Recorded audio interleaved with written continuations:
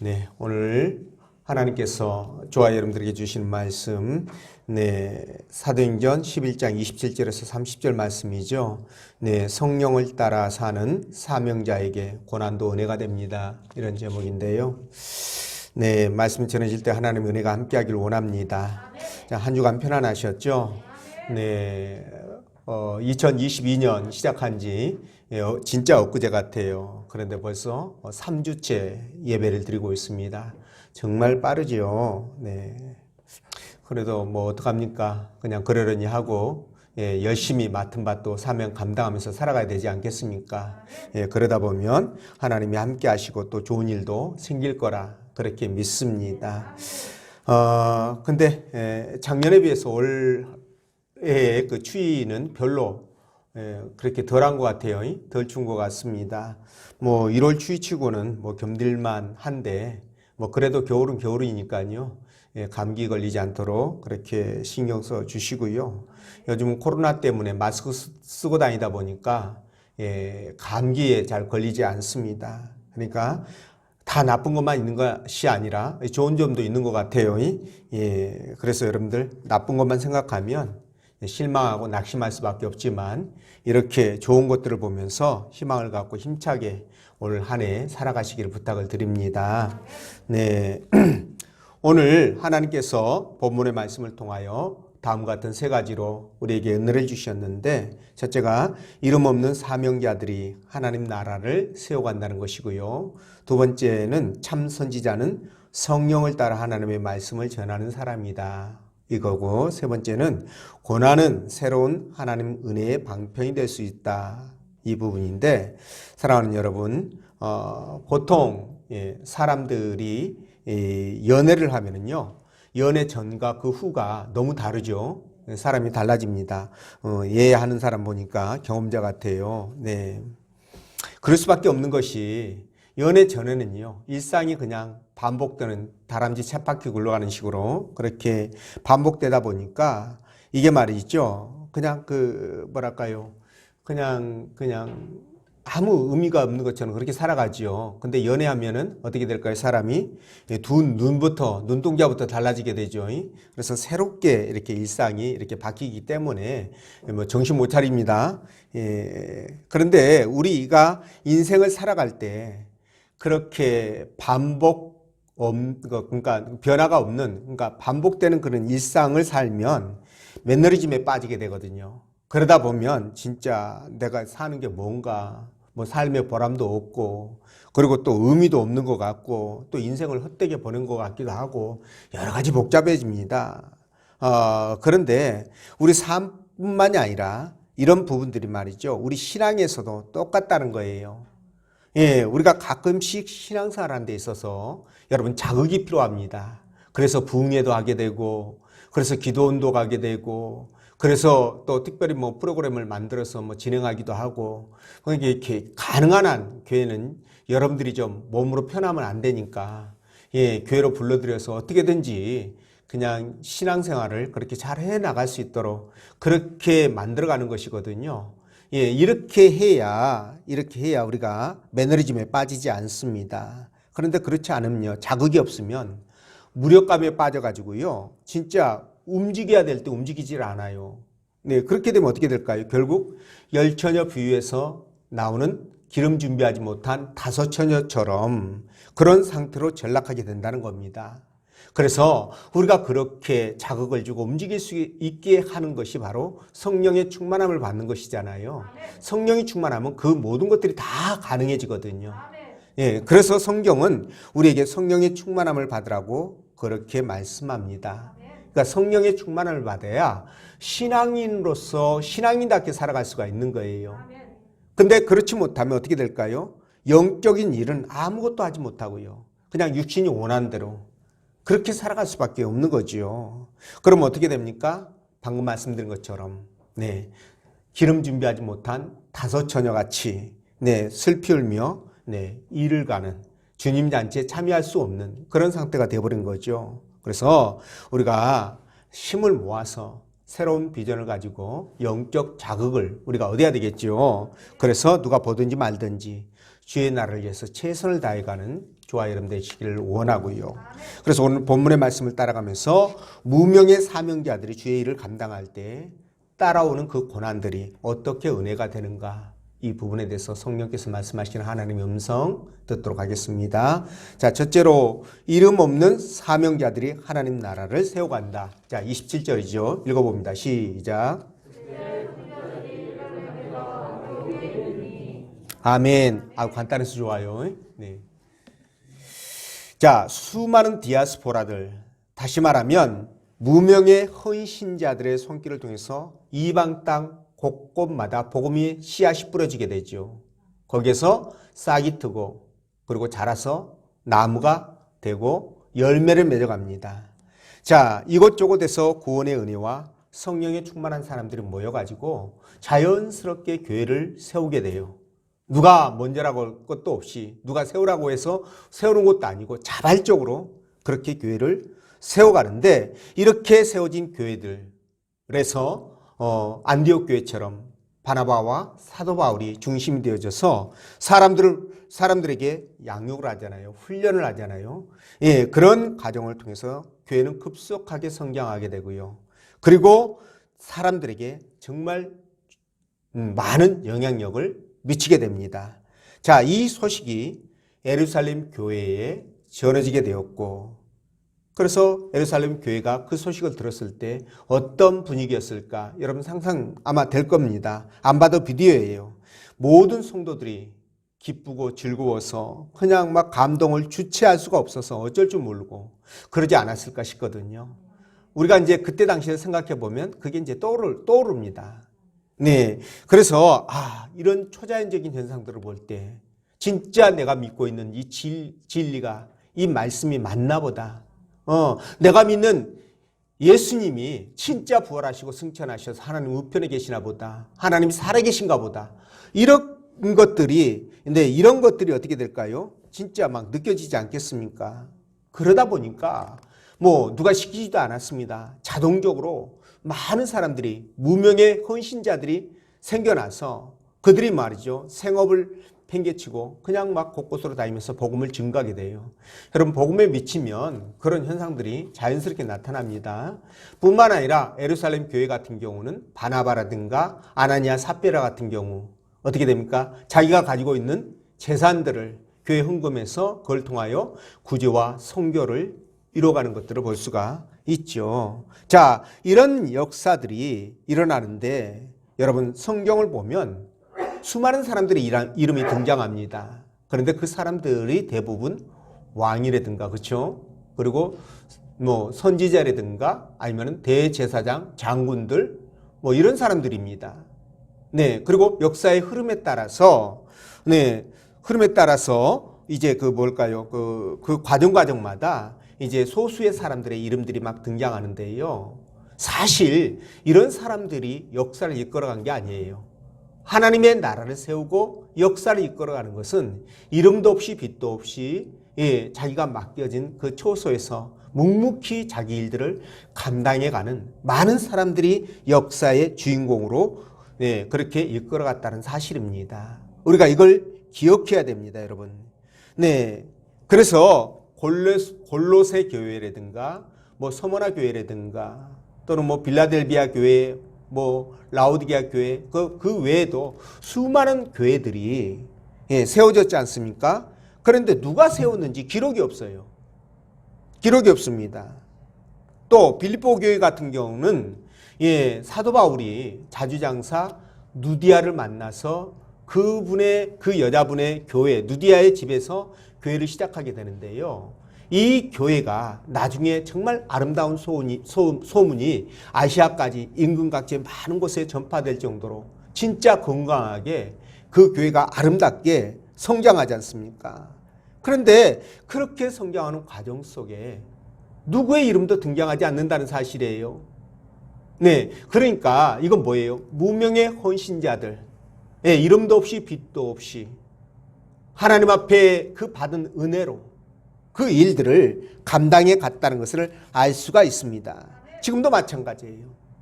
매스컴 보면 정치인들이나 기업가들 이름 끊이지 않습니다. 근데 언뜻 보면 이런 사람들이 나라를 세워가는 것 같죠. 그런데 그렇지 않아요. 방금 말씀드린 것처럼 이름 없이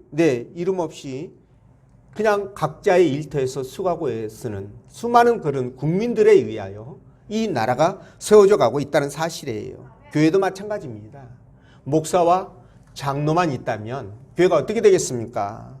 근데 교회는 수많은 여러분들처럼 그냥 내가 봉사하고 헌신하면서 수고하고 애쓰는 것들 그거 따지지 않고 그냥 하나님 앞에 신앙으로 믿음으로 그렇게 헌신하고 충성하는 것을 통해서 교회가 세워져 가는 것입니다. 맞지요? 그래서 여러분들에게 말씀을 드려요. 진짜 여러분들의 이름이 빛이 나든 안 나든 그거 여러분 상관하지 마십시오.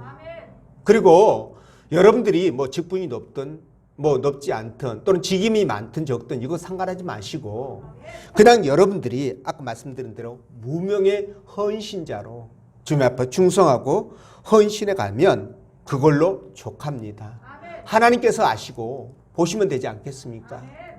그렇기 때문에 우리가 그 부분에서 우리가 만족하면서 그냥 감사하면서 그렇게 사역을 감당해 가는 것입니다. 여러분 저는요 높은 직분에서 열매 없이 그렇게 있는 사람보다 차라리 직분이 없어도요 묵묵히 주를 위해서 수고하고 헌신하는 그런 무명의 헌신자들이 훨씬 더 복이 있다. 저는 그렇게 말씀을 드리고 싶습니다. 왜냐하면 만약에 이름이 있다면 어떻게 될까요? 반드시 그 이름에 걸맞는 이름값을 해야 되기 때문에 그래요. 하나님은 그걸 요구하기 때문에 그렇습니다. 여러분 달란트 비유 아시잖아요. 그게 좋은 예거든요.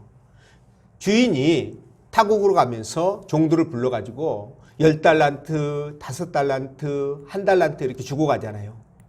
네. 그런데 이 종들이 어떻게 해야 됩니까? 그 받은 달란트, 그거 10달란트는 10달란트를 감당할 수 있는 능력 있는 사람이에요. 역량 있는 사람입니다.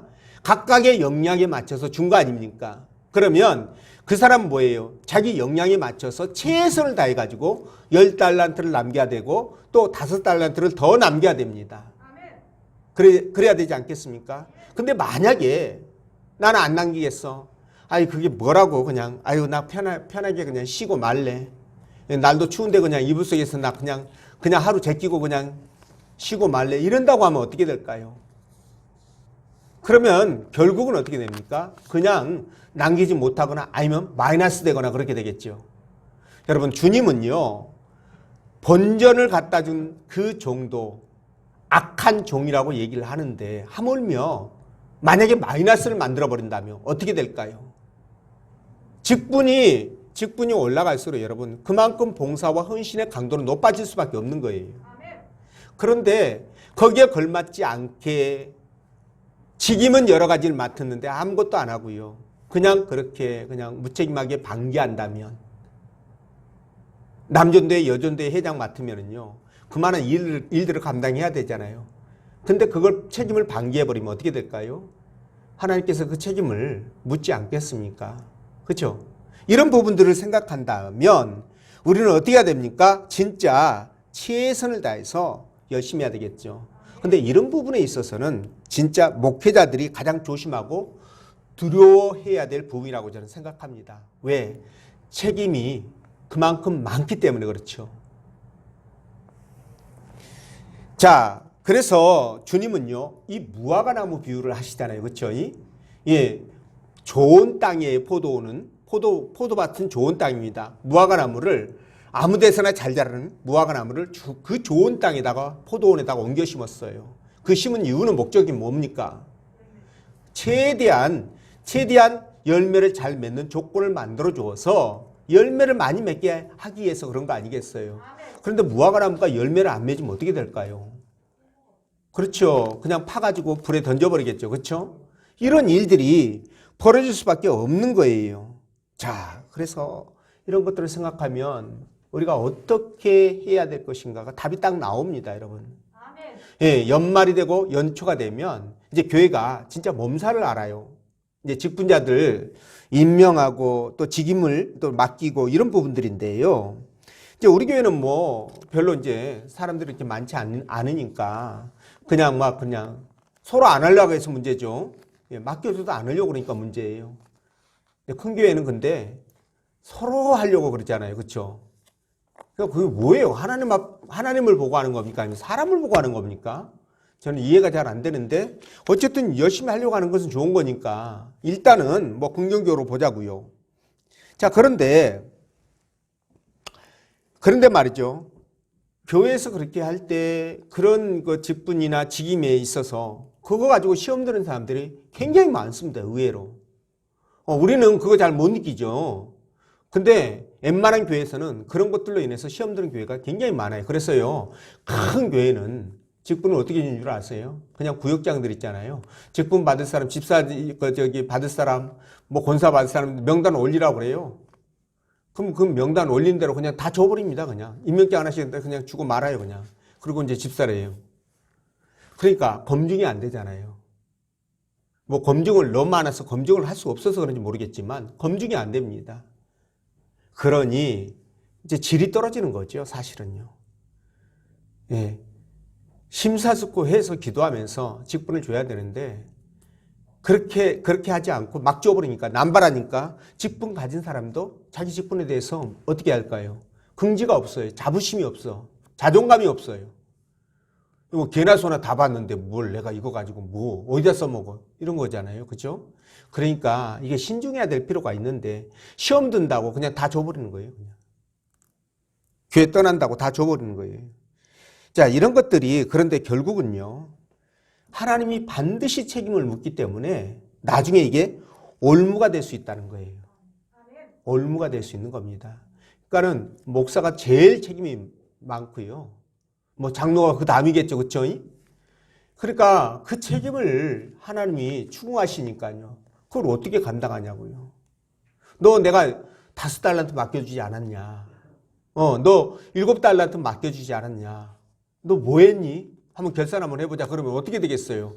아유, 주님이 주신 7달란트 이거 본전 드리고요. 나머지 7달란트 더 만들어서 14달란트 드릴게요. 이렇게 해야 되지 않겠어요? 근데 겨우 7달란트 요거만 받으세요. 원래 주님 주신 거 아니에요?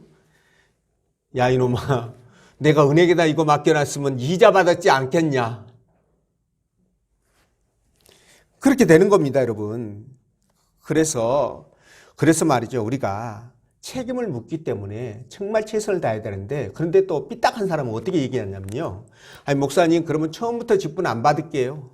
뭐 직임도 안 받고 직분도 안 받고 그냥 편하게 그냥 왔다 갔다 할게요. 이렇게 얘기할 수 있습니다.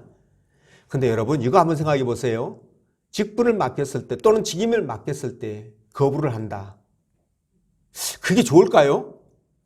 여러분 모세가 하나님이 직임을 맡길 때 어떻게 했습니까? 그렇죠. 그러니까 결국 하나님이 5번째 맡겨도 거부하니까 뭐라고 합니까? 하나님이 아주 그냥 화를 내시잖아요. 너 내가 죽여버릴 거야. 뭐 이런 거 아닌가? 그렇죠? 여러분 그러면 어떻게 되는 거예요? 그럼 이거 안 맡을 수도 없고 맡을 수도 없고 그럼 어떻게 해야 됩니까, 여러분? 그렇죠. 이왕 이렇게 된 거 그냥 맡아야 되는 거예요. 뺄 수 없다면 맡아야 되는 거예요, 이거. 그래가지고 어떻게 해야 됩니까? 최선을 다하도록 노력하셔야 돼요. 근데 이게 힘으로는 안 되는 거예요. 내 의지로는 안 되는 거예요. 그래서 어떻게 해야 된다? 성령의 충만함을 받아라. 이렇게 성령이 말씀하는 거죠.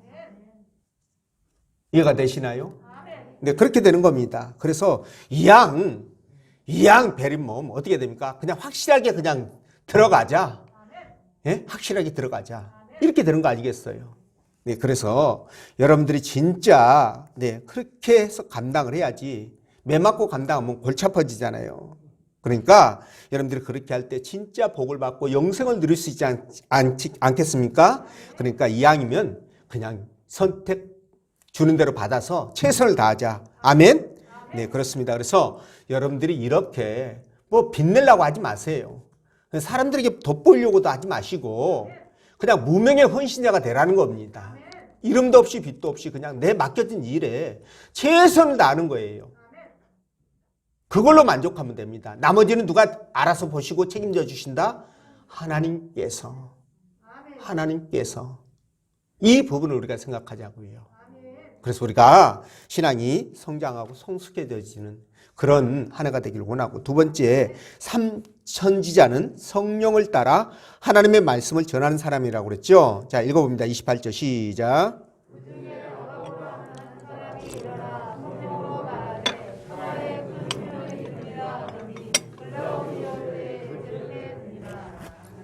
아멘. 자, 예루살렘으로부터 안디옥에 도착한 무명의 헌신자들, 사명자들 중에 누가 있었습니까? 아가보라 하는 사람이 있었는데요. 이 사람이 성령의 감동을 받아서 예언을 하기를 예루살렘에 큰 흉년이 될 것이다 라고 예언합니다. 자, 그런데 자, 우리가 여기서 주목할 것이 있는데, 이 아가보가 어떻게 예언했다고 말하죠? 네, 그렇습니다. 성령으로 말하되 이렇게 말하죠. 성령으로 예언하되 이렇게 말씀합니다. 자, 우리는 이걸 통해서 뭘 알 수가 있느냐? 아, 예언자는 성령으로 예언하는 것이구나. 성령이 충만해서 예언하는 것이구나. 이걸 알 수가 있어요. 이걸 갖다가 뒷받침해주는 말씀이 베드로전서 1장 21절에 나오는데 이렇게 말씀하시죠. 예언은 언제든지 사람의 뜻으로 낸 것이 아니요. 사람의 뜻이 아니, 그러니까 사람의 말로 낸 것이 아니라 오직 성령의 감동하심을 입은 사람들이 누구에게 받아서? 하나님께 받아서 말하는 것이라는 거예요. 자, 이렇게 예언은 성령의 감동을 받은 사람들이 하나님께 받아서 말하기 때문에 예언이 틀릴 수 있어요? 안 틀려요? 안 틀리죠. 만약 틀린다 그러면 어떻게 되는 거예요? 그거는 짜가? 아, 그렇죠. 짜가. 예. 가짜. 그렇죠. 가짜예요, 이거는요. 안 맞으면 가짜예요. 100% 맞아야 돼요. 99개 맞고 하나 틀리면 어떻게 된 거예요? 그거? 가짜예요. 100% 맞아야 돼요, 여러분. 왜? 하나님께서 주신 것이니까. 아니, 하나님이 거짓말합니까? 그렇죠. 그렇습니다, 여러분. 아니, 이렇게 죽이 맞아야 된다니까요. 아니, 여러분들도 좀 보고 배우세요, 좀.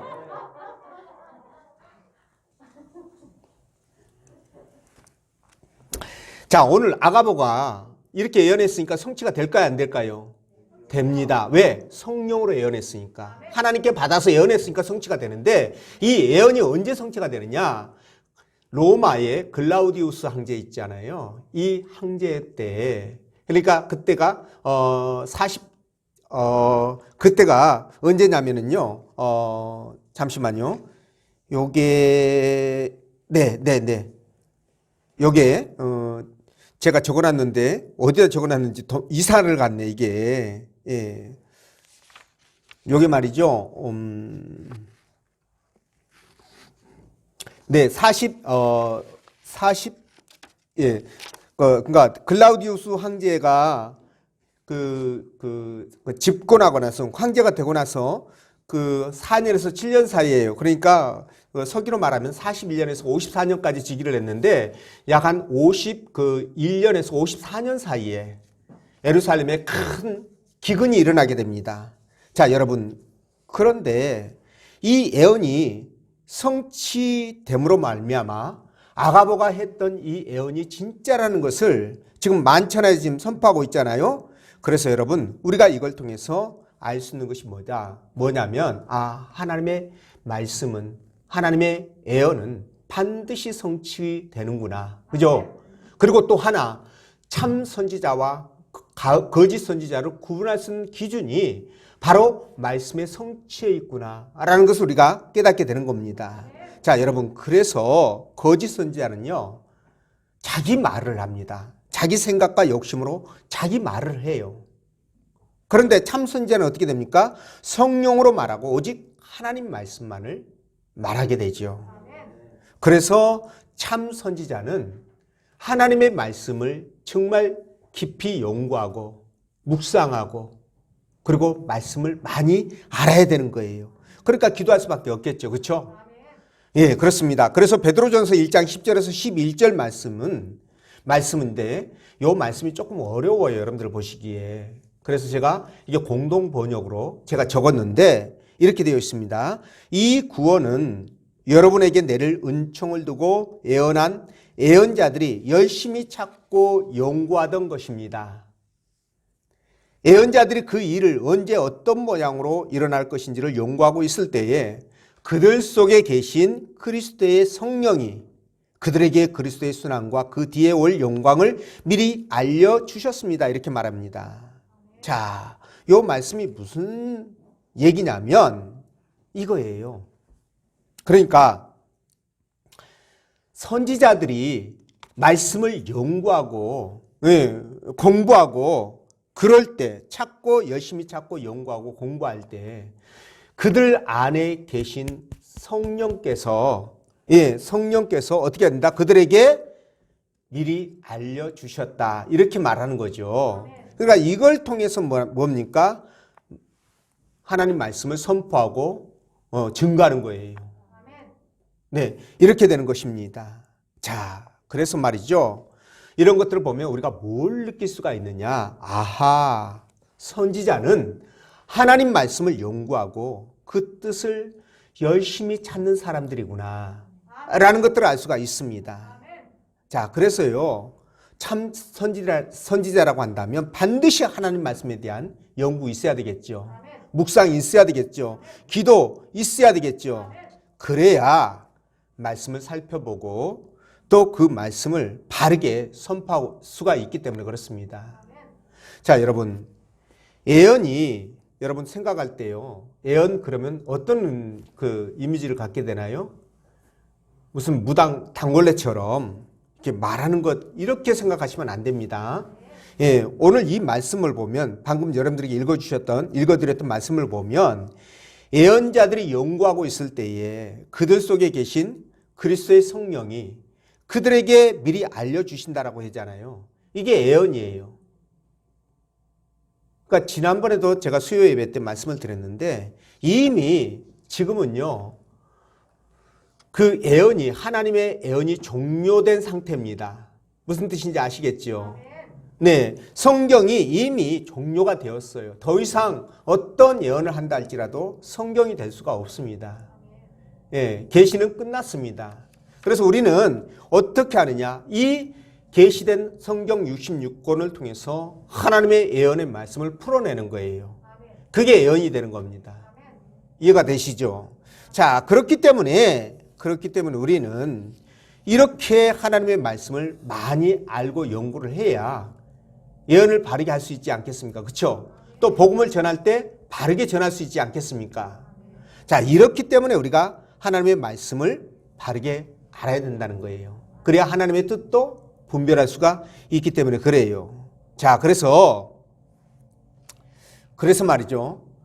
이 성령으로 이제 충만하고 성령을 따라서 하나님의 말씀을 증거하고 그러면은 그 선포하고 증거하는 선지자들은 어떨까요?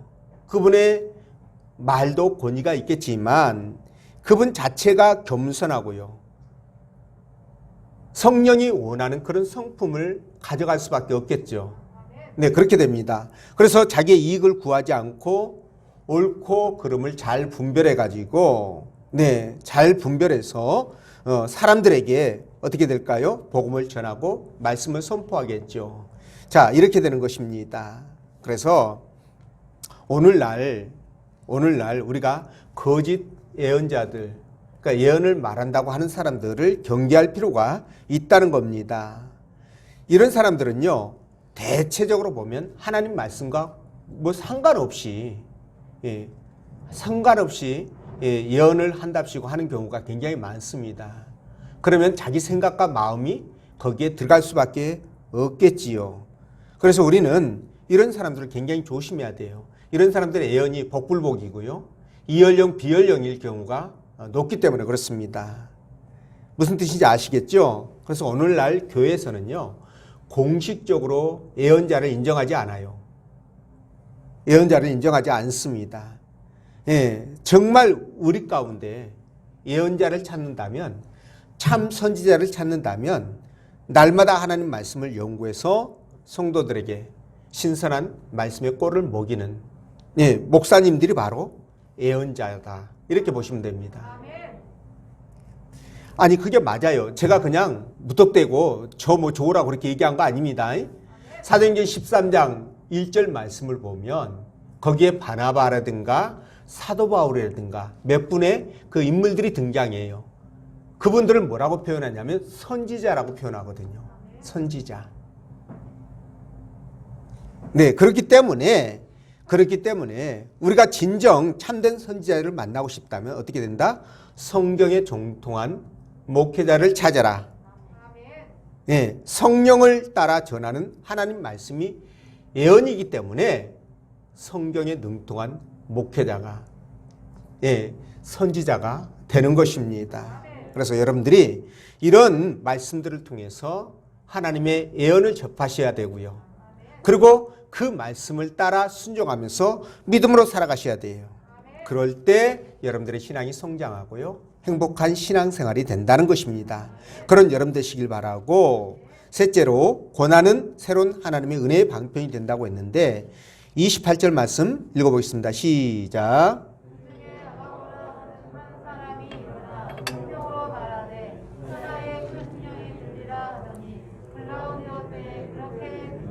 아멘. 자, 아까 말씀드렸죠. 자, 글라우디오 황제 때에 자, 이 예언이 성취가 되는데요.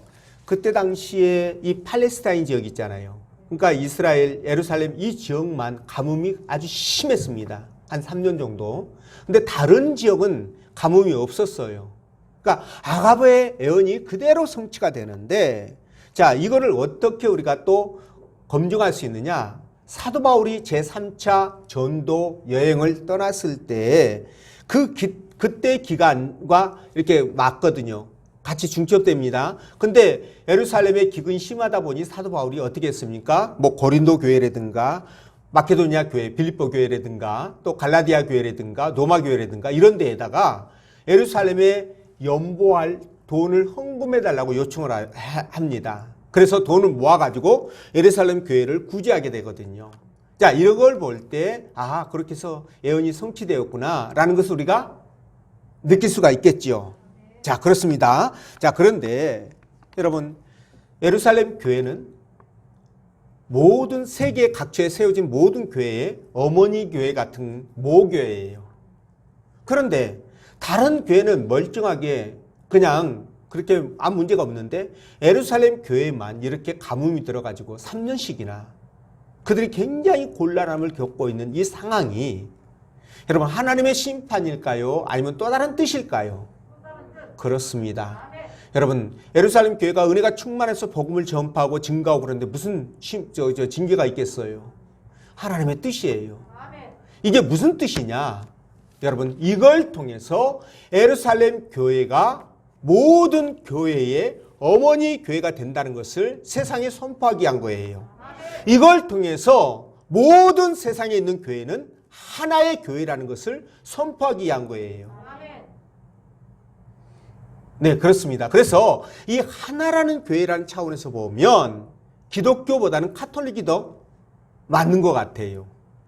기독교는 물론 뭐 노예가 있고 총회가 있고 그렇지만 또 그것들도 막 총회가 막 수십 개 막 수백 개가 되다 보니까 그냥 분리되어 있는 것 같고 또 같은 노예나 뭐 총회라 할지라도 뭐 개교회마다 이렇게 연합이 잘 안 되는 경우가 얼마나 많습니까? 교류가 안 되는 경우가. 그러니까 이런 차원에서 보면 이건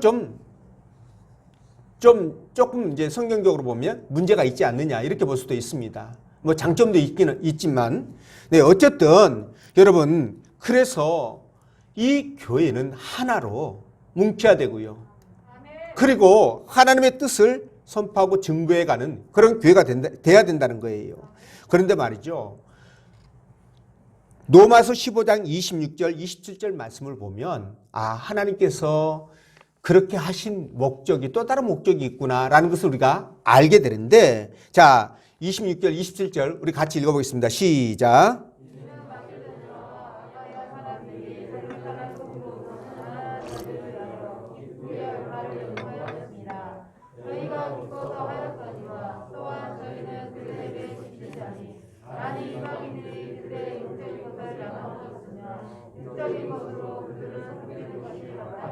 아멘. 자, 이 말씀이 무슨 뜻일까요? 요약하면 이겁니다. 자, 예루살렘 교회에서 너희들에게 복음을 전해주지 않았냐? 자, 그렇다면 너희들은 영적으로 빚진 자다. 그러니 지금 예루살렘 그 교회가 고난에 처해 있기 때문에 너희들이 육적으로 그 빚을 갚아라, 그런 뜻이에요. 양식을 공급하라, 그런 뜻입니다. 책임을 지라는 거예요. 영의 양식을 주었으니 육의 양식으로 책임을 져라. 이게 성도로서 마땅한 도리다, 이 말씀입니다. 이게요. 이해가 되시죠? 그래서 말이죠. 그래서 이런 것들을 보면 뭡니까? 아, 예루살렘 교회가 잘못해가지고 그 곳만 가뭄이 심하게 한 것이 아니고 이건 하나님의 뜻이구나. 예루살렘 교회가 그런 기근 속에서도 형제들 통해서 오히려 더 풍성하게 공개를 받는 그런 모습을 보임으로 말미암아 이 교회가 하나라는 것과, 그리고 하나님은 또 다른 뜻을 갖고 있다는 것, 네, 이런 것들을 우리에게 보여주는 거예요. 그리고 이런 예루살렘의 고난을 통해서 하나님의 새로운 계획들을 예루살렘 교회가 또 발견하게 되잖아요. 이런 부분들입니다. 그래서 여러분, 오늘 이 본문에서 말씀하고 싶어 하시는 것이 뭐냐? 저와 여러분들이 살아가는 과정 속에 아무런 잘못이 없을 때도 고난이나 어려움이나 역경이 올 수 있잖아요. 자, 그럴 때 우리가 어떻게 해야 될 것인가? 하나님을 원망하고 교회를 원망하고 목회자를 원망하고 그렇게 떠나는 것이 아니라 어떻게 될까요? 그 고난 속에서 하나님의 계획하신 새로운 비전을 우리가 발견할 수 있어야 된다는 거예요. 그걸 발견한 사람과 발견하지 못한 사람의 삶의 모습은 너무 차이가 나겠죠. 차이 날 수밖에 없습니다, 여러분. 그래서 우리가 그러니까 이런 문제를 바라볼 때 전향적인 자세가 필요해요. 신앙적인 관점에서 전향적인 자세가 필요하다는 겁니다. 그러니까 고난을 통해서 하나님은 우리에게 새로운 길을, 비전을 제시하시고 새로운 축복의 길로 인도해 가실 수 있는 분이시지 않습니까?